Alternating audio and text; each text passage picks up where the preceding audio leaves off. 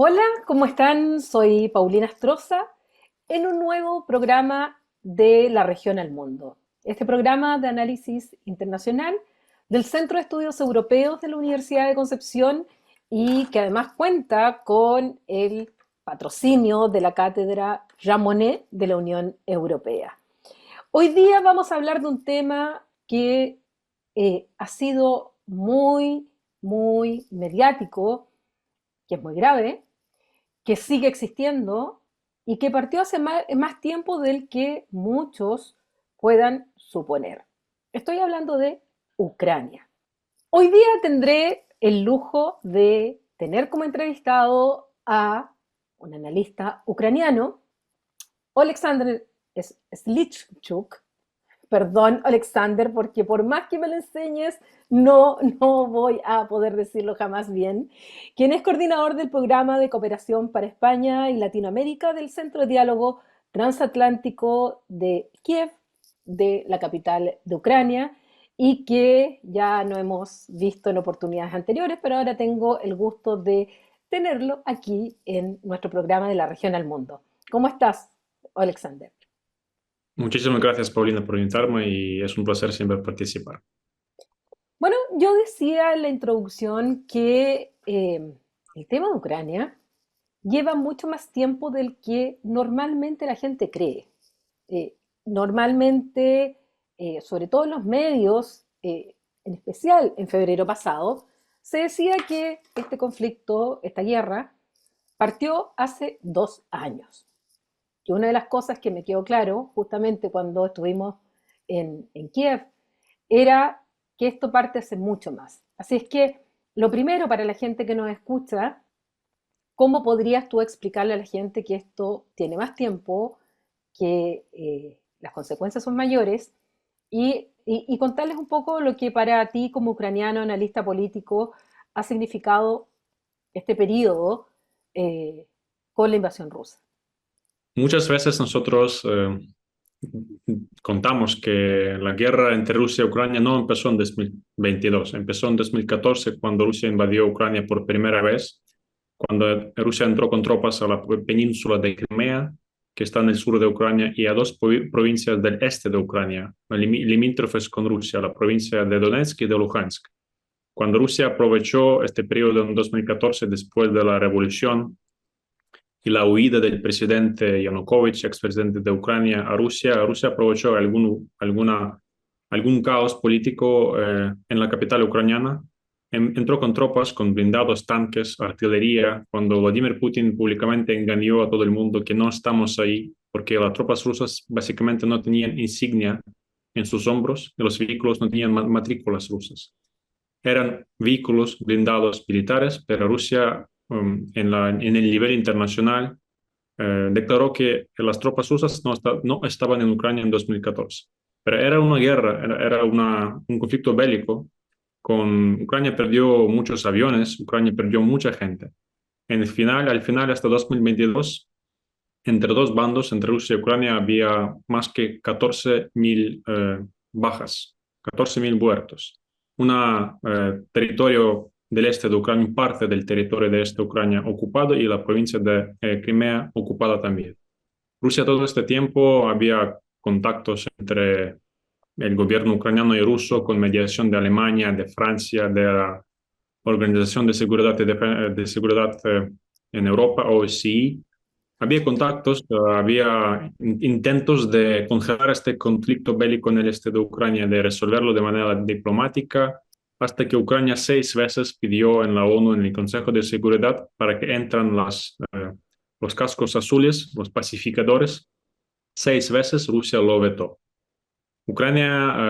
Sabemos que Ucrania, el representante de Ucrania, el representante de Rusia, firmaron los famosos protocolos de Minsk, el único documento que tenía que parar esta guerra, pero al final el protocolo de Minsk era una consecuencia de invasión militar, que para mí y para el derecho internacional es una violación del derecho internacional firmar un acuerdo de paz o alto el fuego después de una invasión militar no resuelta.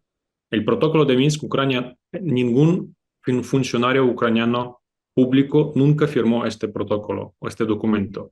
La única firma que hay ahí es la firma del expresidente de Ucrania, un señor de edad avanzada, jubilado, que no representa ni el gobierno ucraniano ni el Estado ucraniano, solamente como una figura pública, una figura histórica que firmó este alto el fuego. Por parte de Rusia lo firmó el embajador de Rusia en Belarus, en Minsk. Por eso cuando digan que el acuerdo de Minsk era un tratado, acuerdo, etcétera, ni siquiera era un acuerdo, era un protocolo que lo que tenía un objetivo, parar la guerra. Pero ¿por qué ni Ucrania ni Rusia no lo cumplieron al final? La sociedad ucraniana estaba en contra de cumplir este protocolo porque decía una cosa, que primero las tropas rusas están en el territorio de ocupado, donde celebran las elecciones y solo después de las elecciones Ucrania podrá controlar el terreno y la frontera. O sea, las tropas invasoras están en tu país, las tropas invasoras coordinan algún tipo de elecciones locales, municipales en aquella zona, y solo después el gobierno ucraniano tiene que controlar este territorio. Está muy claro que Rusia lo que sí tenía el objetivo es crear un conflicto interno en Ucrania, como ya lo creó en Moldova con Transnistria, en Georgia con Abjasia y Osetia del Sur, y de alguna manera entre Azerbaiyán y Armenia con Nagorno-Karabaj. Mismo Y, escenario. y este acuerdo de Minsk estuvo promovido por quienes participaron en él, quiénes en el fondo lo promovieron. En el fondo, dos países, Ucrania y Rusia, con mediación de Organización de Seguridad y Cooperación en Europa, que al final sí era un protocolo para firmar por lo menos algo. También existía un grupo de contacto donde participaron los funcionarios ucranianos, rusos, y se reunieron virtualmente a través de Zoom o también se reunieron físicamente en Minsk, en Belarus. Putin se reunió con Zelensky, con Macron y con Angela Merkel en diciembre 2019, última vez. Hablaron tete a tete entre Zelensky y Putin. Zelensky después contó que básicamente hablaron cómo ponerla, cómo retroceder con las tropas, con algunas cosas técnicas, discutieron eso. Pero para Vladimir Putin y para Rusia, este protocolo de Minsk es una cosa, primera, propagandística para decir a todo el mundo que Ucrania no lo cumplió, pero Ucrania sí lo cumplió parcialmente, porque Ucrania retrocedió, se movió sus tropas para hacer algún tipo de territorio, zona gris. Rusia no lo cumplió. Ucrania retiró la artillería pesada, Rusia no lo cumplió. Eso no se dice en los medios porque solamente en Ucrania no puede mandar este mensaje al mundo porque no hay tantos medios de comunicación. Al final, el protocolo de Minsk era un fracaso total. Entre ni Rusia ni Ucrania lo cumplió totalmente porque ni Rusia ni Ucrania no quería cumplirlo. Rusia lo que quería, como yo voy a repetirme, es para que Ucrania reconoce el separatismo en su propio territorio, separatismo artificial. Ucrania no lo cumplió porque la sociedad básicamente no lo aceptó. Ahora, porque nosotros tenemos aquí hitos, está el Euromaidán, después viene lo que es la anexión en Crimea, tenemos estos años de este conflicto bastante acallado en los medios de comunicación en Lugansk y Donetsk, como son 8 años que la verdad ahí había un enfrentamiento con muchos muertos, como tú señalas, al menos se calcula unos 14.000 muertos, hasta que empiezan estas voces, bueno, Minsk entre medio, como tú ya lo has señalado, y empieza cada vez más a aumentar el rumor con que Vladimir Putin sí iba a cruzar el Rubicón, que sí se iba a atrever a invadir territorio ucraniano. Había información de inteligencia de Estados Unidos, del Reino Unido, y de alguna manera europeos o no querían creerlo o sencillamente no lo creyeron. Y sin embargo llega el 22 de febrero de 2022, donde ya nos despertamos, algunos, o, o durante el día, otros, nos informamos que efectivamente las tropas rusas habían cruzado ya derechamente a territorio ucraniano. Eh, en tu caso personal, ¿dónde estabas en aquella oportunidad? ¿Cómo fueron esos días? Eh, Nosotros desde lejos, desde América Latina, veíamos las imágenes, tratábamos de seguir lo que las cadenas internacionales nos enviaban. Luego, a través de reporteros, incluso chilenos, que fueron a, ya sea a Polonia o a Ucrania o a Eslovaquia o a otros lugares para poder reportear lo que estaba pasando. Y veíamos con bastante estupor cómo sí se había atrevido Vladimir Putin a ingresar a territorio ucraniano. Incluso para algunos que tal vez no seguían de cerca esto, ya solo escuchar que estaban en Chernobyl, algo les decía que esto era peligroso eh, y que algo estaba pasando. Y empieza a conocerse la figura también de Zelensky, que no se conocía mucho por estos lados, y que aparece justamente como aquel presidente que, utilizando, como sabe utilizar muy bien tanto las cámaras como redes sociales, bueno, finalmente dice no, no van a pasar, no van a llegar a Kiev, y, y es lo que empezamos a ver los primeros días. ¿Qué pasaron esos primeros días? ¿Cómo fueron esos primeros días? ¿Dónde estabas? ¿Y qué pasaba con la gente en Kiev? Quisiera saber un poco eh, la gente de cómo esto ocurrió, porque para nosotros de lejos era un poquito difícil saberlo. Bueno, eso era un periodo que nadie nunca va a olvidar. Es como nuestros abuelos recuerdan el inicio de la Segunda Guerra Mundial aquí en Europa. Y lo mismo ahora nosotros empezamos, recordamos esta guerra, cada uno tiene su historia. Yo el 23 de febrero hice mi última entrevista antes de la invasión para Argentina, donde yo decía que la guerra no va a ocurrir, que yo estaba totalmente convencido que atacar la capital y atacar Ucrania de manera, invadir Ucrania de manera completa, total, es un escenario totalmente irracional y que Vladimir Putin no es tan tonto para hacerlo, que para ellos, si ocurre algo, eso va a ocurrir en el este del país, donde ya estaba la guerra, en Donetsk y en Luhansk. Básicamente lo que pasó el 23 de febrero, yo pedí vacaciones para ir a las montañas a esquiar. El 23 de febrero yo preparaba mi maleta, chateábamos con nuestros amigos y ya, totalmente tranquilo. Todos mis círculos, todos Tú mis estabas en compañeros. Kiev, ¿verdad?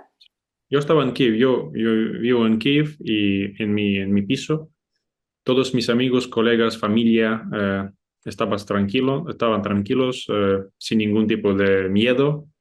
Muchos de ellos estaban en Kiev también. Y el 24 de febrero a las 5 de la mañana me llamó mi amigo que nació cerca de Donetsk y me dijo, ¿qué haces? Y yo, ¿qué hago a las 5 de la mañana? ¿Por qué me llamas? Yo enfadé con él y me dijo, levántate, los rusos bombardean la ciudad. Y yo no entendí cómo bombardean la ciudad, porque la ciudad, la capital ucraniana está 700 kilómetros desde el frente, desde Donbass. Es imposible. Yo no sabía qué tipo de misiles tienen y cuántos kilómetros pueden volar. No me interesaba este tema. Y me dijo, bueno, levántate y lea las noticias y colgó. Y yo abrió el teléfono, busqué en Google Noticias Ucrania rápido para verlo rápido.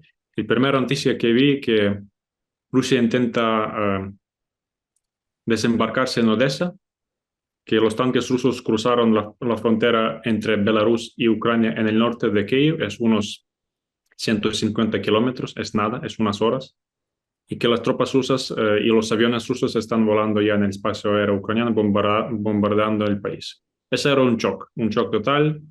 Yo corrí a la terraza, abrí la ventana y ya empecé a oír las explosiones en el horizonte y sonido de casas en el cielo, que no sé, eran casas rusas o ucranianas porque en la capital ucraniana pasaban las batallas aéreas entre aviones y ya empezó todo. Era un shock absoluto, una el gobierno nos informó que teníamos que tener una mochila de emergencia. Yo no tenía nada. Eh, Absolutamente mal preparado, no sabía qué hacer. La primera que hizo, claro, que llamé a mi hermana que vivía cerca, para preguntar cómo está y qué hacemos. Y así empezó la guerra. Yo me quedé en la capital para todo el tiempo, dando las entrevistas en la televisión hispanohablante. Era un call center que empecé por España, terminaba con Perú, con México. Nosotros dormimos muy poco. Todos mis colegas del think tank donde yo trabajaba dormimos 4 horas por día, trabajando como locos. Los que estaban en la capital, mucha gente huyó de la capital. La capital ucraniana, que tenía más que 3 millones de habitantes, se convirtió en una ciudad fantasma, como durante pandemia, sin gente, sin vehículos, sin comida. En muchos supermercados se cerraron, la logística cayó, no había carne, no había pollo, no había leche, no había mantequilla, casi nada. O sea, había arroz, pan, agua, pasta, algo, lo básico para sobrevivir, eso sí había.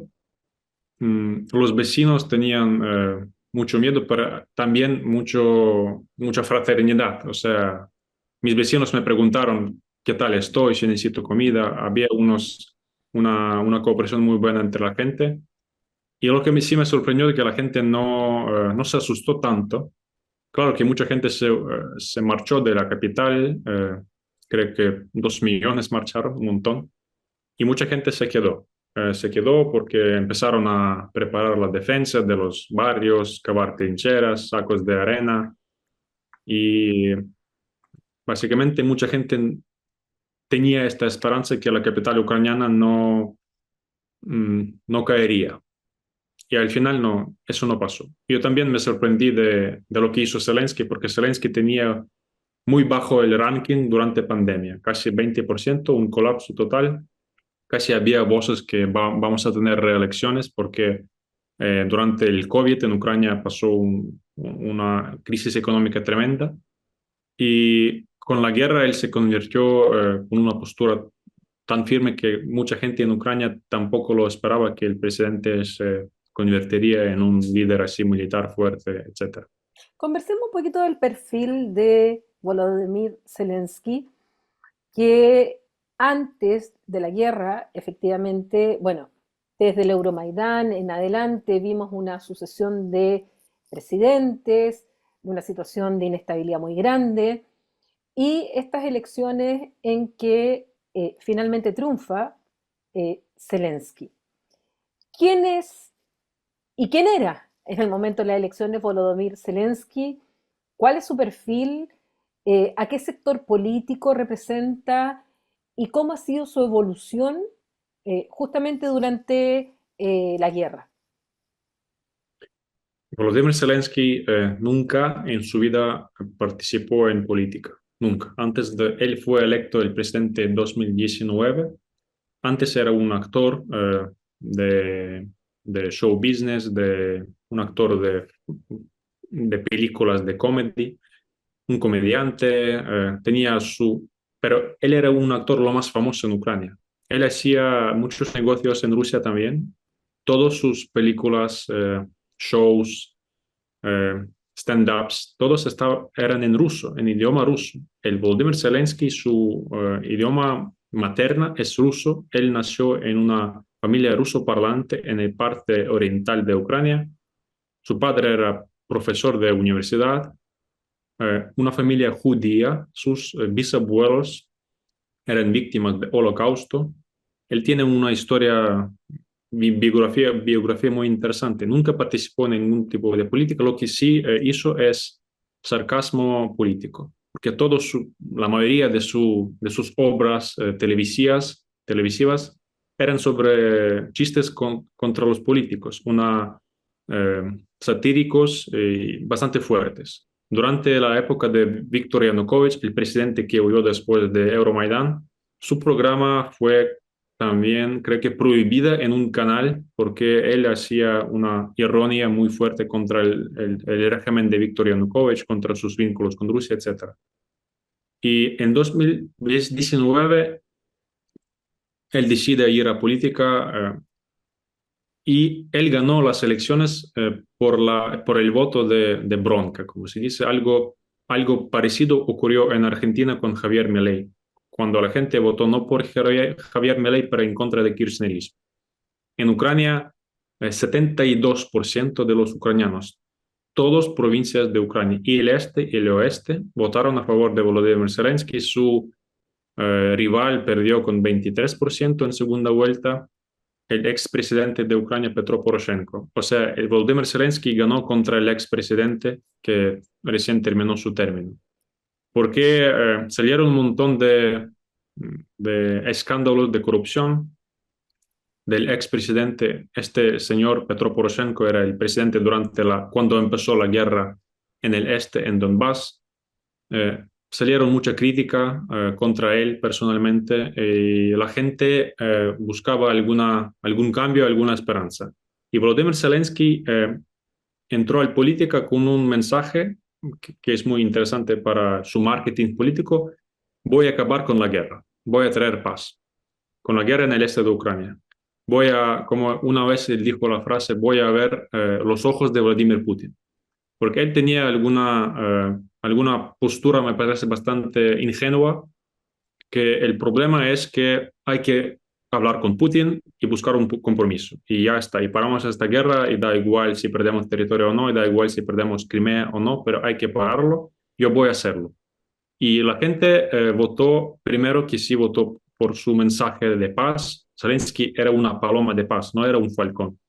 Su rival, Petro Poroshenko, era un falcón con una agenda patriótica a favor de Fuerzas Armadas, de continuar la resistencia armada contra Rusia, etcétera, etcétera. Y un Zelensky, oligarca del chocolate, además. sí, el oligarca del chocolate. De verdad, un chocolate es buenísimo. Todas las generaciones en Ucrania crecieron chocolate de Petro Poroshenko. Cada uno tiene que probarlo una vez en Ucrania. Y Volodymyr Zelensky tenía una agenda bastante sencilla. Yo como politólogo, yo no voté por Volodymyr Zelensky porque para mí era una agenda bastante de populismo. Yo estaba también convencido que solamente hablando con Vladimir Putin no se puede terminar y parar esta guerra, porque el objetivo de Vladimir Putin es terminar con Ucrania. Zelensky no tenía esta opinión, esta postura. Y también él llegó a la política con unas agendas anticorrupción, etcétera, etcétera. Y al final la gente lo votó. Y se reunieron con Putin.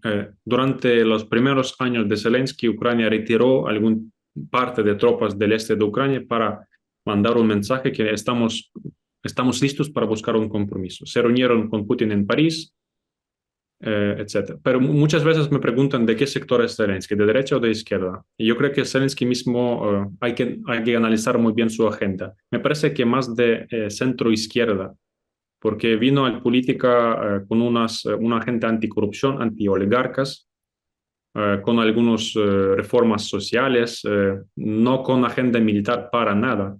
O sea, sus discursos, primeros discursos no eran a favor de Fuerzas Armadas y resistencia militar. En 2019, él canceló desfile militar en el Día de Independencia, que muchos en Ucrania se enojaron, porque en Ucrania las Fuerzas Armadas hasta hoy tienen un respeto social lo más alto del país, más alto que cualquier ministro, primer ministro o el gobierno en general. Él intentó hacerlo de manera más pacífica, diplomática, y por eso me parece que su postura agenda es más de centro-izquierda, aunque dice que él forma parte del liberalismo. Pero también Ucrania tiene un problema. Ucrania no tiene partidos con una historia antigua, partidos de ideología. Muchos partidos en Ucrania son proyectos políticos durante una temporada de tiempo. Hay dos partidos políticos con una ideología firme. Una es el Partido Comunista de Ucrania, que está prohibido en Ucrania, que es de izquierda, y otro es un partido de derecha de nacionalismo ucraniano que se llama Libertad, que no gana apoyo electoral para nada. Nunca entraron al Parlamento. Y los demás son partidos con alguna agenda mm, creada específicamente para este momento de historia. lo que pasó con Zelensky. Después Zelensky, cuando entró al poder, él renunció, se dice, al Parlamento y nosotros otra vez votamos al Parlamento y el partido de Zelensky ganó la mayoría absoluta, primera vez en nuestra historia. Ellos tienen más que 50% de los votos y pueden hacer lo que quieren. Pueden votar cualquier ministro, votar cualquier ley. Y o sea, él tenía todas las herramientas para hacer el cambio, todas. El Parlamento controlado, poder ejecutivo controlado y adelante.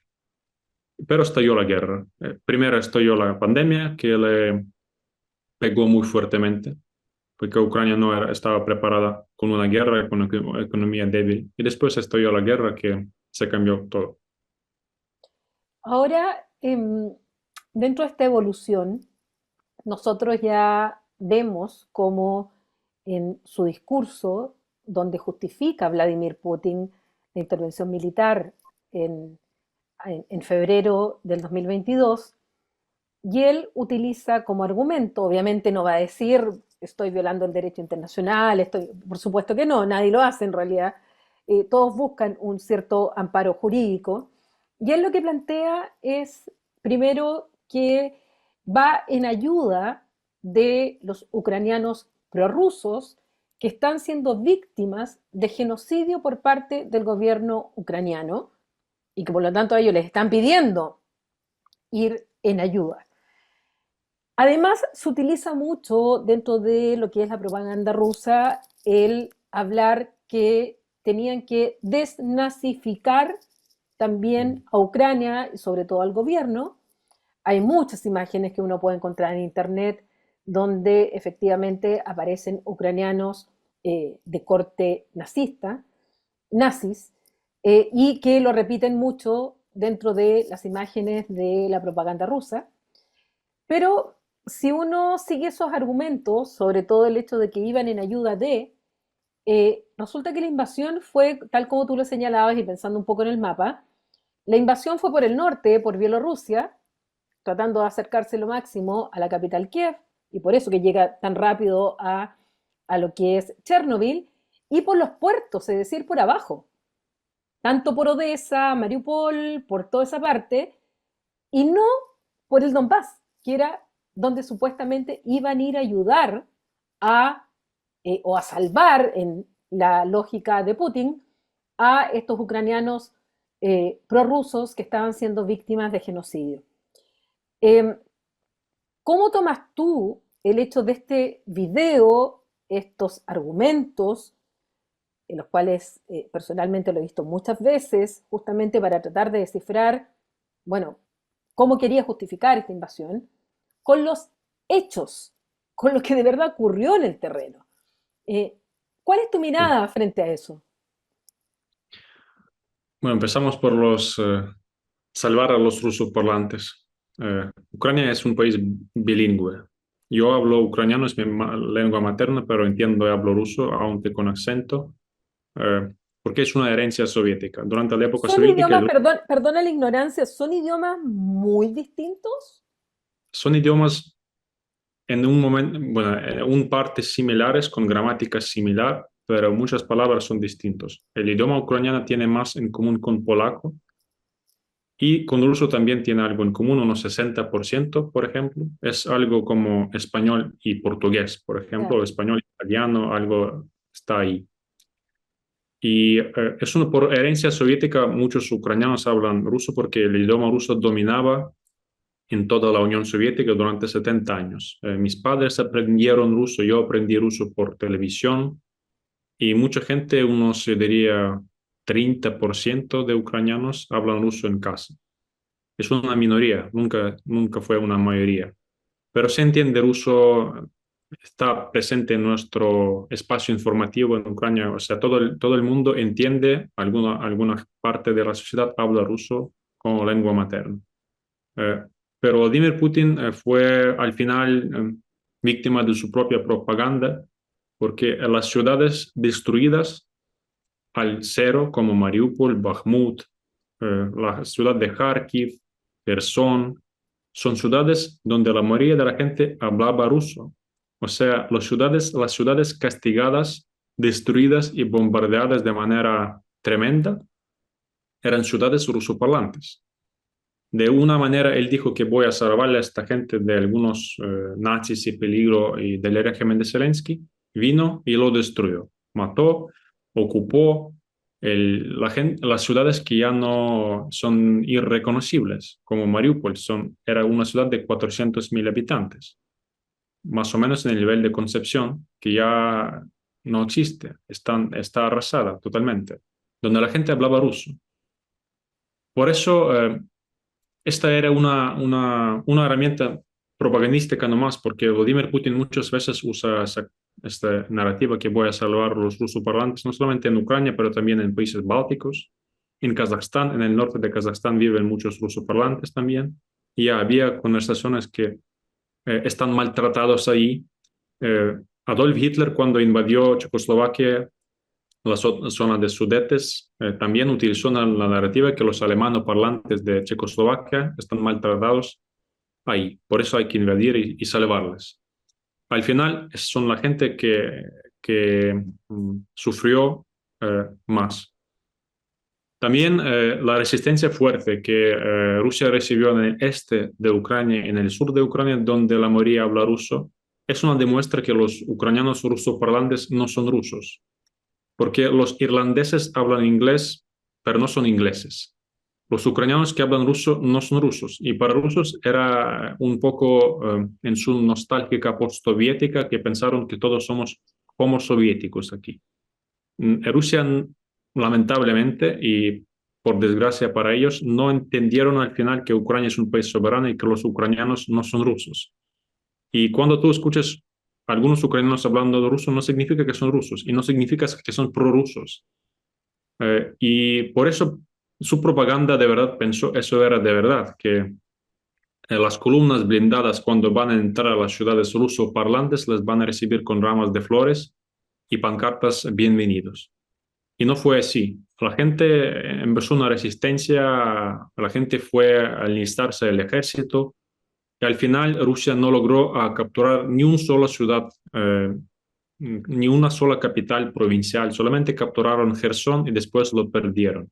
No capturaron ni Kharkiv ni la capital ucraniana, capturaron algunas localidades en el este de Ucrania, pero arrasándolas. Y la narrativa que vamos a salvar los rusoparlantes ya no funciona. Muchas ucranianas empiezan a cambiar el idioma. Yo conozco un montón de gente que antes hablaban ruso y hablan solo ucraniano. Tú miras sus páginas de Facebook, Instagram, después del 24 de febrero, una mayoría enorme en Ucrania empezó a seguir su vida social en ucraniano, porque el idioma ruso se convirtió en un idioma tóxico, idioma del invasor. En eso perdieron. Básicamente Rusia lo que hizo es mató y destruyó algún sector leal en Ucrania que hablaba ruso, porque entró a su territorio y les arrasó. En el tema del nazismo hay también muchos argumentos por qué es así. Para Rusia el tema del nazismo es su lema histórico, su mito, porque la Unión Soviética ganó el nazismo en la Segunda Guerra Mundial. En cada 9 de mayo, cada año, pasa desfile militar en Moscú, en la Plaza Roja, contando esta narrativa que nosotros ganamos contra el nazismo, etcétera, etcétera. Y para la población rusa, luchar contra el nazismo es algo simbólico, es algo sagrado. Es lo más fácil convencer a la población rusa a ir a la guerra contándoles que vamos a luchar contra el nazismo otra vez. Porque cuando miramos a las tropas rusas que invadieron Ucrania, muchos de ellos llevan la bandera de la Unión Soviética, no solamente la de Rusia. Yo sigo muchos blogueros rusos, estos militares con zetas, para entender lo que dicen, lo que escriben, y muchos de ellos todavía promueven esta narrativa que luchamos aquí contra nazismo. Bueno, ya sabemos que Vladimir Zelensky es un judío. Ya sabemos que en el Parlamento ucraniano, a partir de 2012, no había ni un solo partido de extrema derecha, ni un solo. antes de 2012 entró un partido nacionalista de derecha con 6 diputados en un parlamento de 450 diputados. No deciden nada. El electorado ucraniano no vota a los partidos de derecha o de extrema derecha. No tienen apoyo popular. El famoso tema del batallón de Azov. El batallón de Azov era una unidad militar formada en 2014 para proteger Mariupol. Mariupol está situado en la orilla, en la costa del mar de Azov, por eso se llama Azov. Los primeros participantes de este batallón fueron civiles, hooligan de fútbol, exmilitares, de ideología de derecha nacionalistas. Algunos de ellos sí tenían, algunos tarados tenían alguna postura política, digamos, pro-nazi. O sea, pero también hay que recordar que en muchos países hasta hoy hay algunos movimientos nazis que hay en Italia, hay en Alemania, hay en Rusia misma, pero no significa que toda la sociedad lo apoyó o toda la sociedad ucraniana tiene algún vínculo con nazismo. Este batallón nunca tenía una ideología política, al final fue integrado a la Guardia Nacional de Ucrania y ya es parte de Guardia Nacional de Ucrania, no más. Y forma parte de un montón de otra gente. O sea, decir que nazismo, yo no recuerdo ni una sola marcha de nazismo en Ucrania, lo que sí buscamos en internet es algunos ucranianos con banderas con svástica y ya está. Eso no significa que la sociedad ucraniana es nazi, porque yo puedo tener una bandera nazi, yo puedo tener un tatuaje con svástica, pero nazismo es una ideología política. Para decir que un país es nazi, este país tiene que tener partido de esta ideología, gobierno de esta ideología. Ucrania nunca proclamó que queremos que nuestra nación está eh, mejor que otra. Ucrania nunca publicó o declaró que queremos aniquilar a alguna otra nación o luchar contra alguna otra nación. Nuestro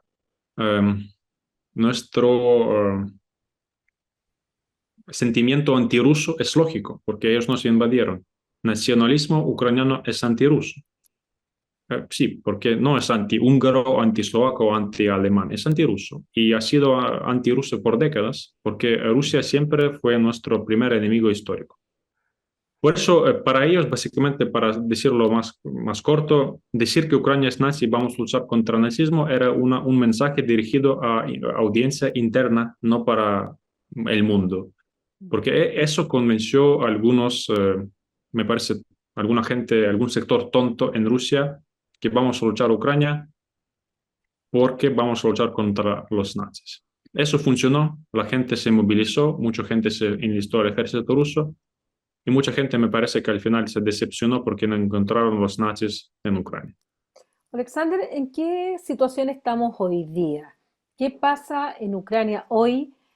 Pensando también que los ataques terroristas de Hamas el 7 de octubre de 2023 significó de alguna manera que la atención mediática, y no solo mediática, se fuera mucho hacia lo que estaba pasando en Israel, en Gaza, lo que también aprovechó Vladimir Putin para una contraofensiva, eh, y eso en el último tiempo fue aumentando los ataques rusos hacia sectores en Ucrania.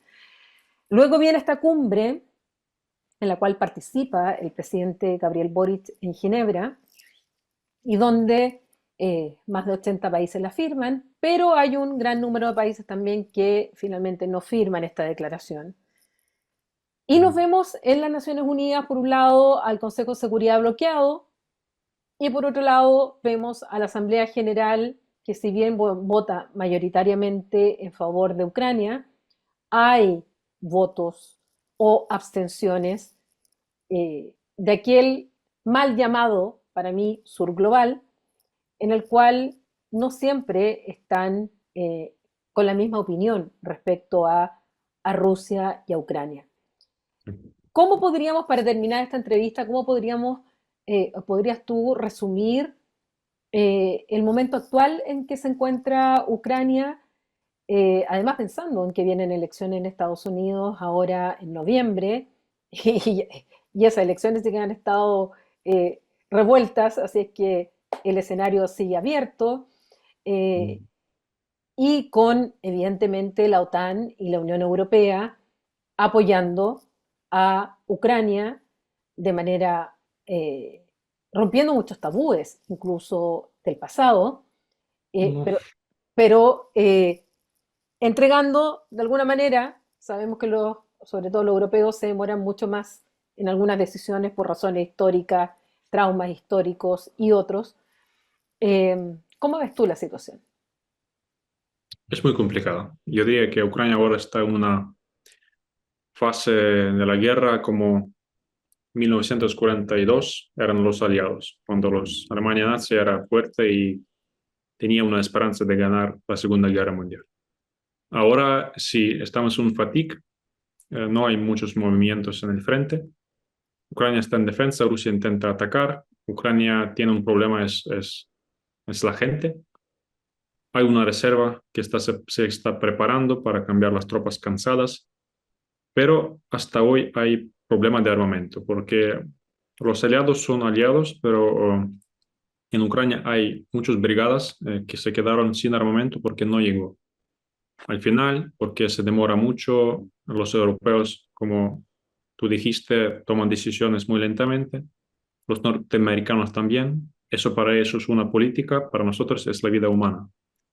Y por eso decir que Ucrania pierde la guerra, no es así. Ucrania tiene la esperanza de ganar la guerra, Rusia también tiene la esperanza de ganar la guerra. Estamos en una fase cuando ni Ucrania ni Rusia no están listos a tomar algún tipo de concesión o compromiso.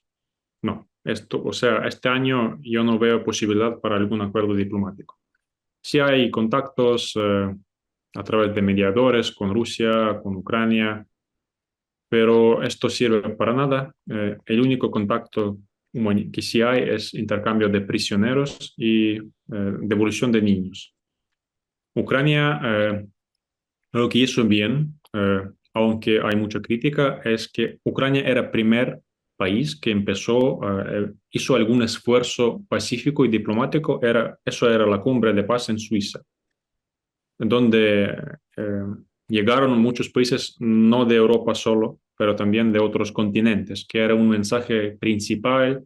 Yo recuerdo cuando nosotros viajábamos a Chile, a Argentina, en cada reunión, casi en cada universidad, contábamos que Chile, Argentina, tiene que venir. O sea, sí, o sea, tienen que estar ahí. Por eso, eso era bien que Ucrania hizo su primer esfuerzo, que nosotros estamos listos a negociar y esto es nuestra posición pacífica y diplomática, que se llama Fórmula de Paz de Volodymyr Zelensky.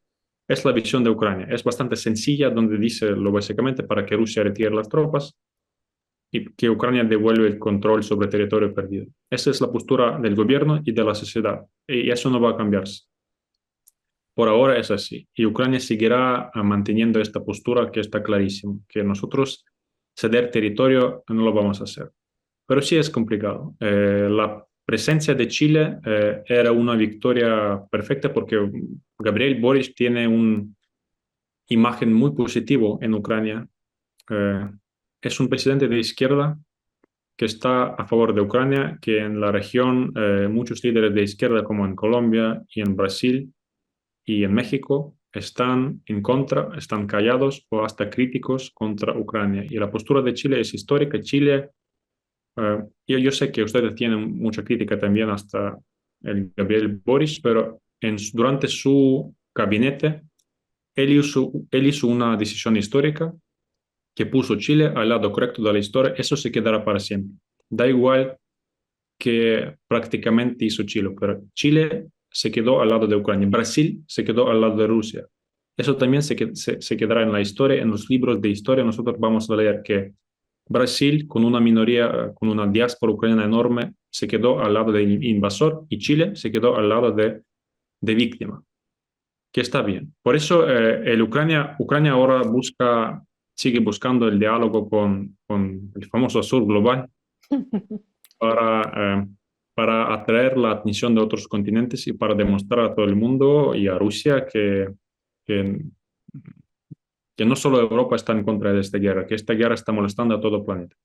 Hay un problema serio. es el problema de China. China eh, básicamente estaba en contra del cumbre en Suiza. Por la postura de China, muchos países de África no vinieron porque dependen mucho de China.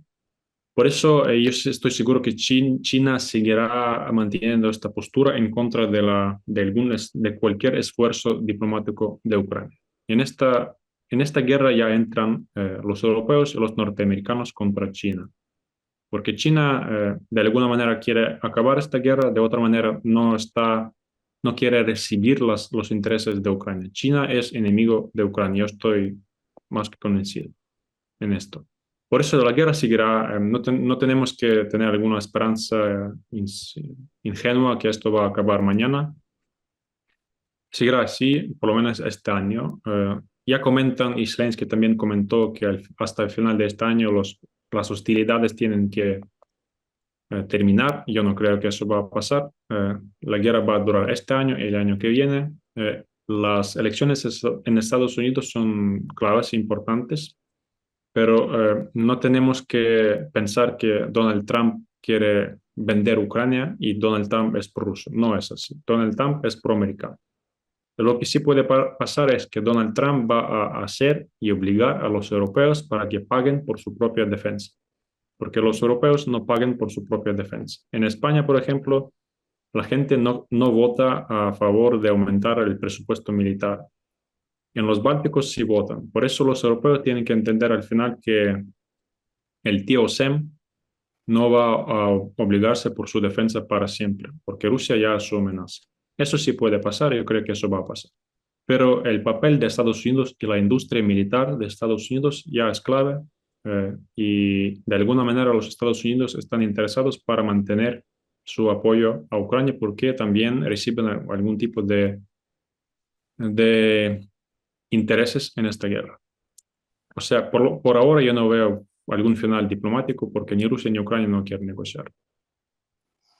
Bueno, ese es el escenario, lamentablemente. Yo te agradezco esta conversación, te agradezco también la oportunidad de haber estado en Kiev y en otros lugares eh, recuperados por ucranianos de las fuerzas rusas, así como también agradezco que hayas estado aquí en Concepción, en la Universidad de Concepción y en Santiago de Chile también, eh, bueno, explicando, dando a conocer lo que está ocurriendo, de la posición en que está Ucrania y lo que te digo desde ya que nuestros estudiantes todavía lo agradecen mucho. Así es que muchas gracias, Sasha, por esta conversación.